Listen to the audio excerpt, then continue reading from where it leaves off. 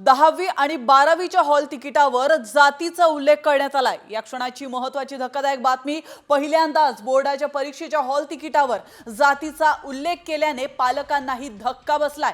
जातीचा वेगळा column hall तिकिटावर कशासाठी असा प्रश्न पालक वर्गाने विचारलाय। मात्र शाळेत विद्यार्थ्यांची कोणती जात नोंदवण्यात आली आहे याची माहिती पालकांना व्हावी यासाठी जातीचा उल्लेख केल्याचं स्पष्टीकरण बोर्डाने दिलंय। जातीची नोंद चुकीची असल्यास पालकांना योग्य ती कागदपत्र सादर करून ती दुरुस्ती करता येईल असं बोर्डाने म्हटलंय।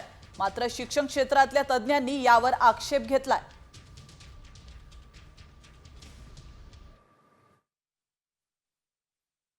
या हॉल तिकिटाचा उपयोग विद्यार्थ्याच्या पालकांना तसे विद्यार्थ्यांना आपलं नावाचं स्पेलिंग बरोबर आहे का, आपल्या आईचं नाव बरोबर आहे का, आपली जन्मतारीख बरोबर आहे का, आपल्या जातीचा प्रवर्ग बरोबर आहे का, हे पाहणे अत्यंत महत्त्वाचं आहे।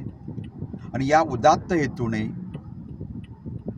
राज्य मंडळाने कॅटेगरीची नोंद म्हणजे प्रवर्गाची नोंद केलेली आहे।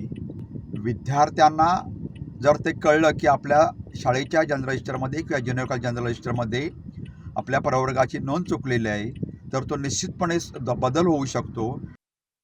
हॉल तिकीटवर जात प्रवर्गाचा उल्लेख करणं यासाठी चुकीचं आहे की विद्यार्थ्याची आयडेंटिटी आपण खऱ्या अर्थानं परीक्षेमध्ये झाकतो, जेणेकरून परीक्षकाच्या मनामध्ये कुठल्याही प्रकारचा बायस निर्माण होणार नाही। यासाठी नंबरवर सुद्धा स्टिकर झाकलं जातं आणि इथे तुम्ही परीक्षेच्या हॉलमध्ये विद्यार्थ्याची जात कोणती आहे ही सरळ सरळ जाहीर करता, हे अत्यंत चुकीचं आहे। महाराष्ट्रामध्ये आज जात या विषयावर वातावरण अत्यंत भयानक झालेलं आहे। महाराष्ट्रातले समाज जीवन तुटेल की काय अशा स्थितीमध्ये आज आपण पोहोचलेलो असताना अशा प्रकारचे कोणतेही निर्णय घेताना शिक्षण विभागानं खूप विचार करायला हवा।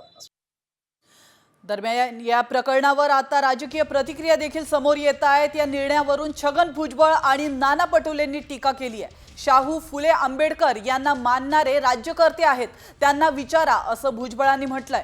तर सरकारला जाती जाती तुकडे पाडायचे असं नाना पटोलेंनी म्हटलंय।